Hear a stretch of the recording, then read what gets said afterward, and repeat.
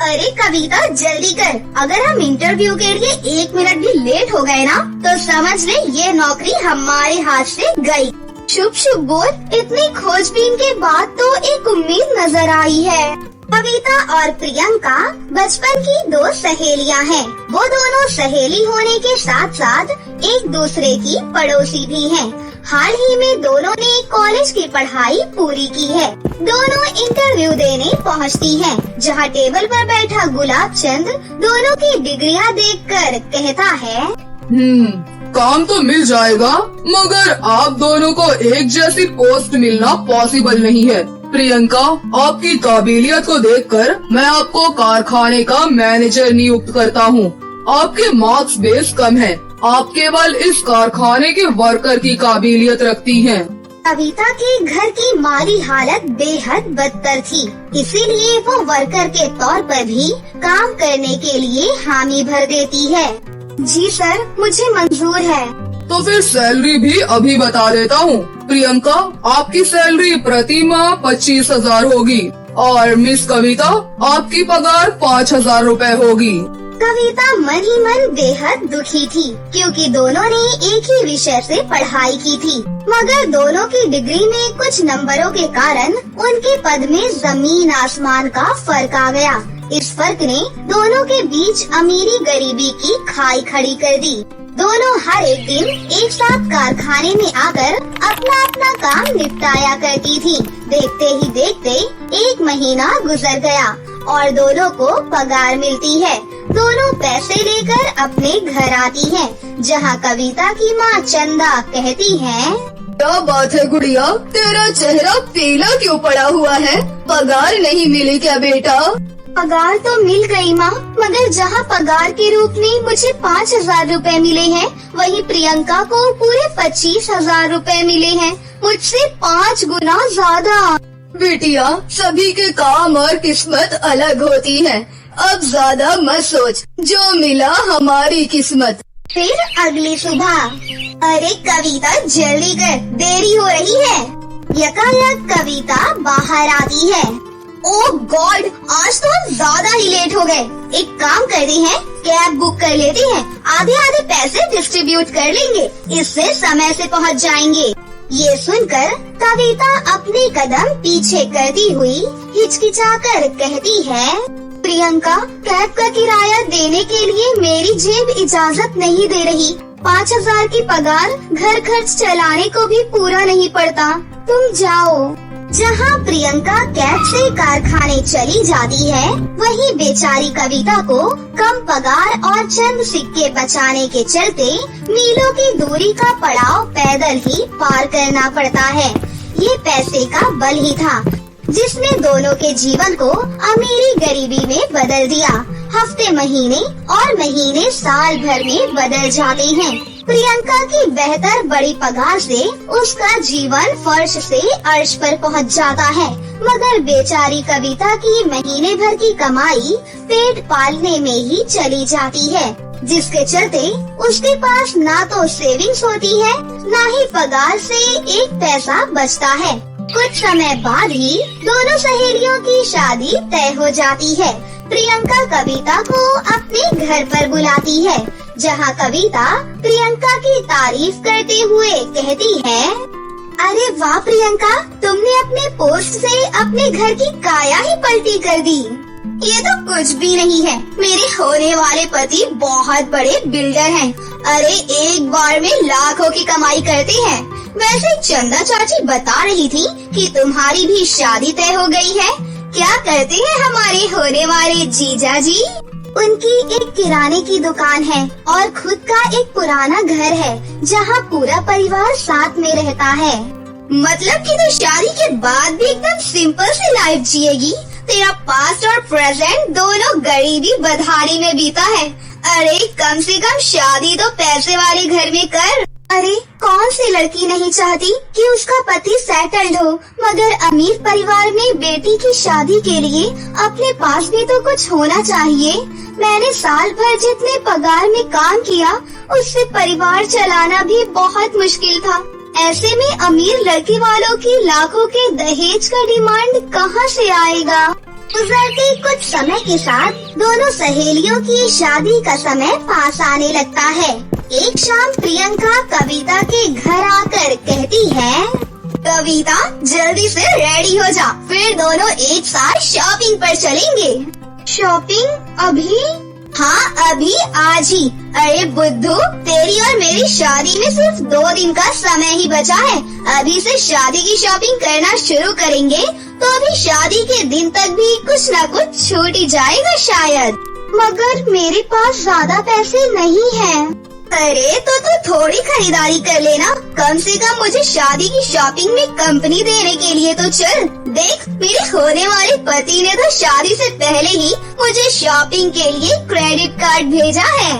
प्रियंका कविता को लेकर एक बड़े से महंगे मॉल में एंट्री करती है, जिसे देखकर कविता मन ही मन कहती है, ये मॉल कितना महंगा है और सामान का दाम तो मानो आसमान छू रहा है। अरे कविता, बता, शादी के बाद ये साड़ी मुझ पर कैसी लगेगी? अरे मगर ये तो बहुत महंगी है। अरे पागल, मेरे पति पैसे वाले हैं, उनका क्रेडिट कार्ड मेरे हाथों में है। ऐसी सैकड़ों साड़ी भी खरीद लूं तो भी कोई फर्क नहीं। होने वाले पति के क्रेडिट कार्ड के कारण प्रियंका बेधड़क होकर सैकड़ों महंगे सामान की शॉपिंग करके कहती है, अरे कविता, तूने तो कुछ खरीदा ही नहीं, तेरे दोनों हाथ एकदम साफ सपाट हैं। एक काम कर, तू मेरे शॉपिंग बैग्स का बोझ उठाने में मेरी हेल्प ही कर दे। कविता का मन रास्ते भर घंघोर गरीबी के कारण कचुट रहा था और वो कहती है, जानती हो प्रियंका, जितने पैसे से तुमने इस महंगे मॉल में शॉपिंग की है, उतने में गरीब की बेटियों का बड़े ही धूमधाम से ब्याह हो जाता। कविता, अब मैं अमीर घराने की बहू बनने वाली हूँ। जितने की मैंने शॉपिंग की है ना, उससे ज्यादा तो महंगा मेरा लहंगा है। राजीव खुद मेरा लहंगा लेकर आने वाले हैं। अगले दिन दोनों सहेलियों के ससुराल से उनके शादी के लहंगे आते हैं। पूरा गांव दोनों के लहंगों को देखकर कहता है, अरे दोनों सहेलियों की शादी एक साथ हो रही है, मगर नसीब तो देखो, जहाँ प्रियंका का लहंगा लाखों का है, वहीं बेचारी गरीब कविता का लहंगा उसकी स्वर्गवासी सास की उतरन साड़ी से बना है। नीमा, शादी विवाह किस्मत की बात है। देखना, इन दोनों अमीर गरीब सहेलियों का लहंगा आज शादी की शामिल का लिबास बदल देगा। कविता, कैसा गरीब ससुराल है तेरा, जो एक नया लहंगा भी ना ले सका। वही मुझे देख, मेरे ससुराल वालों ने सब्यसाची से मेरा लहंगा डिजाइन करवाया है, तभी तो मेरा लहंगा लाखों का है। प्रियंका के भरे घमंड से ऊंची होते देख कविता कहती है, प्रियंका, तुम्हें नहीं लगता कि तुम्हारे इस लाखों के लहंगे ने तुम्हारे बोलने का लहजा ही बदल दिया है? ये लहंगा मेरे लिए मेरी स्वर्गवासी सास का आशीर्वाद है। भले ही तुम्हारे लिए इस लहंगे का मोल 1 पैसे का ना हो, मगर मेरी निगाह में इसकी कीमत लाखों से भी ज्यादा है। शादी के उस रोज के बाद से कविता प्रियंका से दूरियां कर लेती है। दोनों की शादी हो जाती है और वो अपने शादीशुदा जीवन की शुरुआत करती हैं। कुछ महीने की मेहनत से कविता का जीवन फर्श से अर्श पर पहुंचता है। फिर एक शाम, कविता, मैं कुछ लाया हूँ। अजी, क्या लाए हैं? अरे ऐसे नहीं, आंखें बंद करो। कुछ देर के बाद, अब आंखें खोलो। जब कविता आंखें खोलती है तो उसके सामने गुलाब का एक सुंदर सा चमचमाता हुआ लहंगा होता है। अरे, ये गुलाब का लहंगा तो बड़ा ही महंगा लग रहा है। पूरे 5 लाख का पड़ा है। इसमें गुलाब के साथ साथ सोने की तारे जो जड़ी हैं। मगर इसकी जरूरत क्या है? कविता, शादी के समय मेरा बजट बेहद खराब था, इसलिए मेरे पास महंगा लहंगा खरीदने का पैसा नहीं था। इसलिए शादी में तुम्हारा शौक पूरा ना हो सका, मगर तुमने मेरे जीवन में आकर काया पलट कर दी। आज कविता के पास प्रियंका से भी महंगा लहंगा था, मगर फिर भी उसकी आंखें घमंड से चढ़ी हुई नहीं थी, क्योंकि उसके अंदर शौक के साथ सब्र भी था। एक वक्त में जो जीवन प्रियंका ने जिया, आज वो कविता जी रही थी। मगर आज प्रियंका के जीवन का पड़ाव पहाड़ सा हो गया था, क्योंकि उसके अमीर पति का कारोबार कर्ज में डूब चुका था, जिसके चलते उसे अपने लाखों का महंगा लहंगा भी बेचना पड़ा। ये सच है साथियों कि समय बड़ा बलवान है, ये कब क्या कर जाए कोई भी नहीं जानता। फिर क्या, उस दिन के बाद से कविता अपने पति के साथ हंसी खुशी से अपनी जिंदगी जीने लगती है। अरे आ गए आप, ये लीजिए पानी। आज आपको आने में देरी हो गई। आज सेठ ने बहुत ज्यादा काम दे दिया था, करते करते कब रात हो गई पता ही नहीं चला। लक्ष्मी, बस जल्दी से खाना लगा दो, बहुत जोरों की भूख लग रही है। मैंने तो आपसे सुबह ही तो कहा था कि घर में राशन का एक दाना भी नहीं है। आज आपकी पगार मिलने का दिन था, मुझे लगा आप आते हुए सामान लेकर ही आएंगे। लक्ष्मी, सेठ ने आज मेरी तनख्वाह नहीं दी। सेठ का काम आजकल ठीक नहीं चल रहा है, इसलिए इस महीने तनख्वाह में समय लगेगा। लेकिन मैं घर वालों को क्या खिलाऊंगी? उन्होंने सुबह से कुछ भी नहीं खाया है, अब सब लोग क्या खाएंगे? हाँ, तुम परेशान मत हो, मैं कुछ करता हूँ। इतना बोलकर विक्रांत अपने परिवार के लिए खाने का सामान लेने के लिए चला जाता है, लेकिन उसकी जेब में सिर्फ 20 रुपए ही होते हैं, जिस वजह से वो 20 रुपए के 2 पराठे ले आता है। उन 2 पराठे को ही पूरा परिवार मिल बांट कर खाता है। विक्रांत का परिवार बहुत ज्यादा गरीब होता है। विक्रांत के पिता कल्याण काफी बूढ़े होते हैं, जिस वजह से वो कुछ काम नहीं कर पाते, और इस वजह से घर की सारी जिम्मेदारी विक्रांत पर ही होती है। विक्रांत एक फैक्ट्री में मजदूरी करता है, जिस वजह से उसकी तनख्वाह बहुत कम होती है, और कम तनख्वाह होने की वजह से घर को चलाने में काफी परेशानियां होती हैं। माँ, मैं कब से आपको कह रही हूँ कि घर की छत ठीक करवा दो, कुछ दिनों में बरसात का मौसम शुरू हो जाएगा। कोयल, तुम तो जानती हो ना, हमारे पास घर चलाने के लिए ठीक से पैसे नहीं हैं, तो हम छत कैसे ठीक करवाएंगे? जब बारिश का मौसम शुरू हो जाएगा, तब छत के नीचे बर्तन रख देना, जो भी पानी होगा इस बर्तन में ही आ जाएगा और घर में पानी नहीं फैलेगा। देखते ही देखते बरसात का मौसम शुरू हो जाता है। शुरू में तो विक्रांत के परिवार को कुछ ज्यादा परेशानी नहीं होती, लेकिन जैसे जैसे समय बीतता है, बारिश तेज होने लगती है, जिससे सारे परिवार को काफी परेशानी का सामना करना पड़ता है। कोयल, लक्ष्मी, जल्दी से ये सारे बर्तन रख दो, नहीं तो सारा पानी पूरे घर में फैल जाएगा। माँ जी, बर्तन रख दिए हैं, लेकिन बारिश बहुत तेज हो रही है। हाँ माँ, पहले तो सिर्फ 1 या 2 जगह से बारिश का पानी घर के अंदर आ रहा था, लेकिन अब तो इतनी सारी जगहों से पानी बाहर आ रहा है। इस तेज बारिश की वजह से देखो छत कितनी जगहों से टूट गई है। कोयल इतना बोल ही रही होती है कि बारिश और तेज होने लगती है, जिससे उनकी पूरी की पूरी छत ही उड़ जाती है और सारा पानी उनके घर में आ जाता है। हे भगवान, अब हम क्या करेंगे? सारा का सारा पानी घर में आ गया है। हम सबको जल्द से जल्द किसी ऐसी जगह पर जाना होगा जहां हम इस तेज बारिश से बच पाएंगे। सारा का सारा परिवार तेज बारिश में भीगता हुआ किसी ऐसी जगह पर जाने के लिए निकल जाता है जहां बारिश के पानी से वो बच सके, लेकिन किस्मत की मारी इन लोगों को ऐसी कोई भी जगह नहीं मिलती, जिस वजह से उन्हें कई घंटों तक बारिश में भीगते हुए चलना पड़ता है। बारिश में भीगने की वजह से लक्ष्मी के बेटे विशु की तबीयत बहुत खराब हो जाती है। माँ, सर में बहुत दर्द हो रहा है। माँ, भाभी, विशु का तो बदन तप रहा है, हमें जल्दी से किसी ऐसी जगह पर जाना होगा जहां बारिश के पानी से हम बच सकें। वहाँ देखो, सामने बहुत बड़ा पेड़ है, इस पेड़ के नीचे जाकर खड़े हो जाते हैं, कम से कम बारिश से तो बच पाएंगे।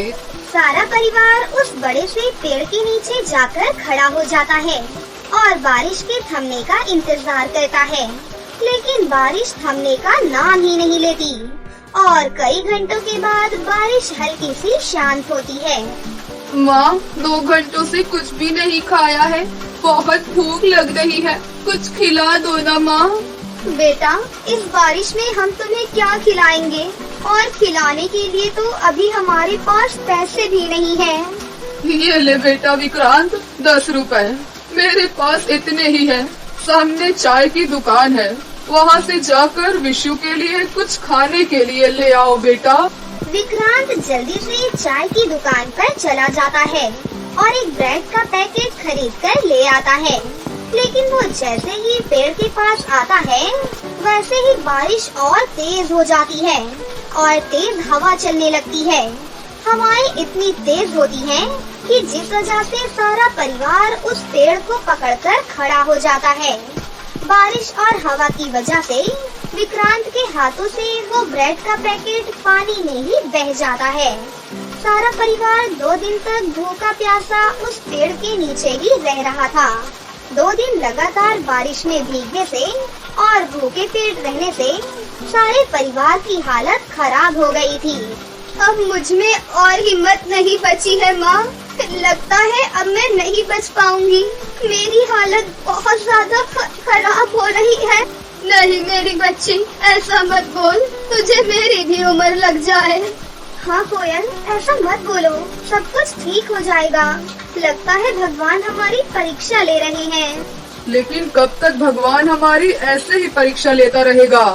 सारा परिवार इस बारिश की वजह से बहुत ज्यादा परेशान हो रहा होता है कि तभी एक तेज आंधी आती है, जिसके चलते वो पेड़ जिसके सहारे सारा परिवार 2 दिन से बारिश से बच रहा था, वो पेड़ टूट जाता है और फिर से सारा परिवार भयंकर बारिश में भीगने लगता है और सब के सब ऐसी जगह ढूंढने में लग जाते हैं जिससे वो बारिश से बच सके।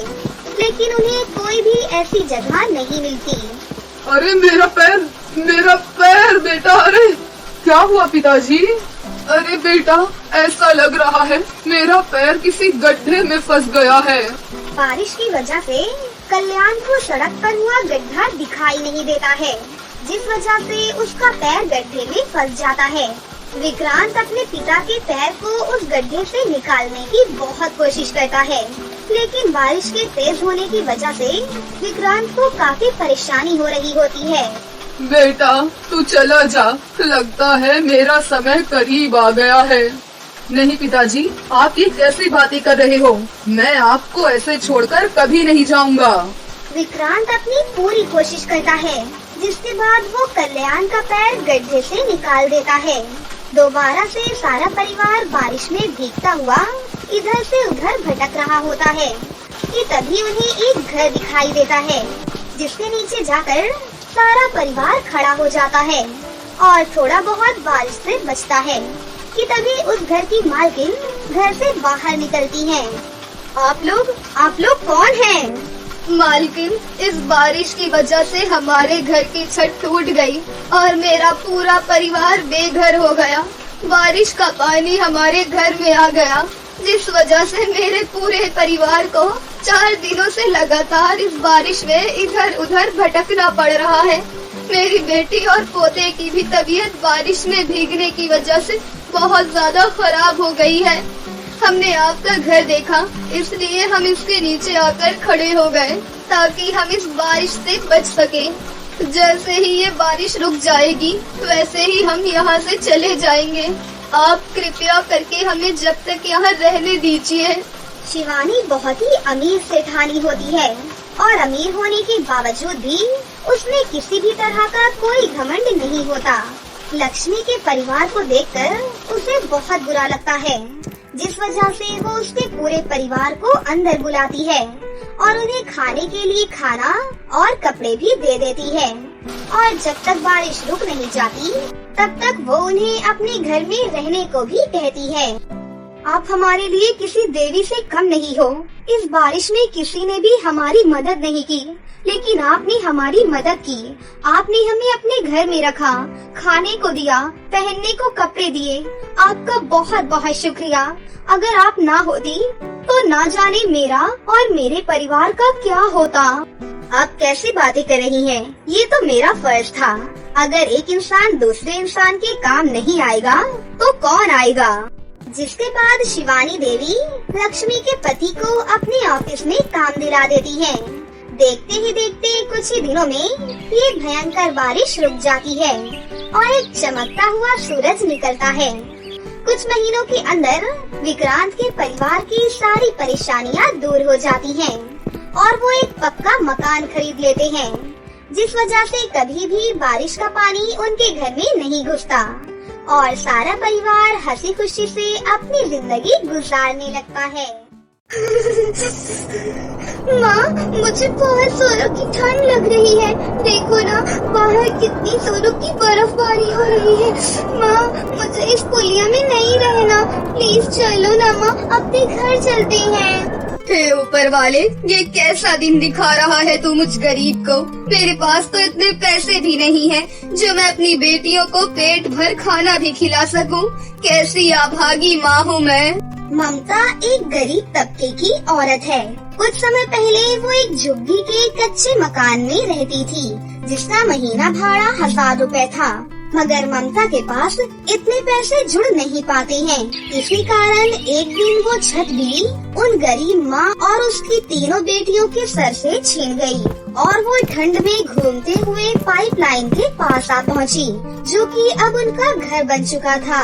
माँ, आज तो बहुत ज्यादा ही ठंड है और ये पाइपलाइन दोनों तरफ से खुली हुई है। लगता है आज तो ठंड में हम मर ही जाएंगे। ऐसा नहीं कहते काजल, तुम तीनों चिंता मत करो, मैं कुछ करती हूँ। अपनी तीनों बेटियों को ठंड से बचाने के लिए ममता पाइपलाइन से बाहर आती है, जहाँ उसे लकड़ी का एक टूटा हुआ टुकड़ा दिखाई देता है। ममता पाइपलाइन के खुले हुए मुंह को उससे ढक देती है। वो कभी अपने फटे हुए आंचल से उन्हें ढकती तो कभी उनके हाथ मलती है। थोड़ी गर्माहट मिलने पर तीनों गरीब बेटियां सो जाती हैं। इस वक्त ये तीनों सो रही हैं। तब तक मैं कुछ खाने को देखती हूँ। पिछले कई दिनों से भूखी है मेरी बेटियाँ। ममता की इन बातों में उसकी गरीबी की झलक उभर आई थी।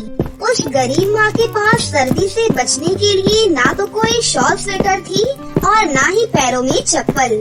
पूरी सड़क पर बर्फ की सिल्ली बिछी हुई थी, जिस पर चलकर उस बेचारी के पाँव जमते जा रहे थे। ठंड उसके तलवे से चेहरे पर चढ़ चुकी थी। इतनी ठंड में आगे जाने की हिम्मत ही नहीं हो रही है, मगर मेरी बच्चियाँ भूखी है। कुछ दूर चलने पर उस गरीब माँ के लड़खड़ाते हुए कदम खाने के एक ठेले पर ठहर जाते हैं। अरे लो भैया, उठाओ सर्दियों में गर्मा गर्म अंडा भुर्जी का स्वाद। अरे कहो बहन जी, कितने प्लेट अंडा भुर्जी कर दूं? 3 प्लेट अंडा भुर्जी कर दो भैया। चलो फिर झट से 150 रुपए निकालो। पर मेरे पास पैसे नहीं हैं। ये सुनकर गंगू उस गरीब माँ को सर से पाँव तक घूर कर देखता है। अरे तेरे बाप का ठेला है क्या, जो फ्री फोकट में अंडा भुर्जी ठूसने को चाहिए? चल फुट यहाँ से। ठेले वाले की भगाने पर वो गरीब माँ आगे बढ़ जाती है। वो सभी से मदद मांगती है, पर कोई भी उसकी मदद नहीं करता। तू देख रहा है ना भगवान, आज तेरे संसार की हालत क्या हो गई है। यहाँ कोई किसी की मदद ही नहीं करना चाहता। पहले तूने मेरा पति छीन लिया, फिर बेघर कर दिया और अब दाने दाने का मोहताज कर दिया। इससे अच्छा तो तू मुझ गरीब को ही उठा ले। अपनी गरीबी पर रोते हुए ममता सड़क पर बैठ जाती है। तभी एक बड़ी सी गाड़ी उसके पास रुकती है। तभी विक्रम नाम का एक आदमी उसे एक शॉल और कुछ खाने का सामान देकर कहता है, ये लो बहन, ये शॉल ओढ़ लो, बाहर बहुत ज्यादा ठंड है। शुक्रिया भाई साहब, भगवान आपका भला करे। मुझे जल्दी से खाना लेकर अपनी बच्चियों के पास पहुंचना होगा। बेचारी गरीब माँ बिना वक्त गवाए अपनी बेटियों के पास आने के लिए बढ़ने लगती है। तभी सड़क के किनारे उसे एक बीमार बूढ़ी औरत थरथराती हुई नजर आती है। बचाओ बेटी, मेरी मदद करो। बुढ़िया माँ की हालत तो बहुत ही गंभीर है। मैं ये शॉल उन्हें उड़ा देती हूँ। ममता बिना अपनी परवाह किए उस बुढ़िया को शॉल उड़ा देती है। तभी वो बुढ़िया खाना छीनकर खाने लगती है। अब क्या करूं? खाना तो अम्मा ने ले लिया। लगता है ये बहुत भूखी थी। आज भी मुझे और मेरी गरीब बेटियों को भूखा ही सोना पड़ेगा। हताश होकर ममता ऐसा सोच ही रही थी, तभी वो बुढ़िया बोली, बेटी, तुमने एक भूखे का पेट भरा है। आज से तुम्हारा भाग्य बदलने जा रहा है। ममता बुढ़िया की बात पर खास ध्यान न देकर पाइपलाइन पर लौट आती है। मुझे माफ कर दो मेरी बेटियों, मैं तुम्हारे लिए खाना नहीं ला सकी। अपनी गरीब माँ को फूट फूट कर रोता हुआ देखकर अचानक काजल का मुंह खुल जाता है, जिसमें से स्वादिष्ट खाने की थाली निकलने लगती है, जिसे देख सभी की आंखें फटी की फटी रह जाती है। ये कैसी जादूगरी है? काजल दीदी, ये तुमने कैसे किया? हमें भी ये जादू सिखाओ ना। मुझे खुद नहीं पता कि ये कैसे हो गया। इस खाने की थाली से कितनी स्वादिष्ट खुशबू आ रही है। चलो ना खाना खाते हैं। आप भी खाओ ना माँ, आज तो खाने की कमी भी नहीं पड़ेगी कि आपको मन मारना पड़े। 10 साल की मिस्टी की ये बात सुनकर उस गरीब माँ का दिल भर आता है। फिर सभी साथ मिलकर उस अच्छे खाने का स्वाद चखते हैं। तभी रात का अंधेरा छा जाता है और जोर जोर से सर्द हवाएं चलने लगती हैं। तभी हाथ पांव मलते हुए मिस्टी बोलती है, आज कितने दिनों बाद हमने इतना स्वादिष्ट खाना खाया, वो भी पेट भरकर। काश ऐसा भी कोई जादू होता कि सर्दी से बचने के लिए कुछ कपड़े और कंबल मिल जाते तो हम मजे से सोते। जैसे ही मिस्टी ये इच्छा बताती है कि एक सुनहरी रोशनी मिस्टी के इर्द गिर्द नाचने लगती है और उसका मुंह खुल जाता है, जिसके अंदर से सुंदर सुंदर शॉल, स्वेटर और एक बड़ा सा कंबल बाहर आ जाता है। ये कैसी लीला है? अचानक मुझ गरीब की बेटियों में ये जादू कहाँ से जाग गया? अचानक ममता को उस बुढ़िया की कही हुई बात याद आ जाती है। इसका मतलब इस जादू की असल जड़ उस बूढ़ी अम्मा के कहे शब्द थे। माँ किस सोच में पड़ गई? चलो ना सोते हैं। अपनी जादुई बेटियों के कारण कई रातों के बाद गरीब ममता को चैन की नींद नसीब होती है। ऐसे ही समय ढलता जाता है और जब कभी भी किसी को कोई भी जरूरत होती तो वो अपनी जादुई बेटी को बोलती।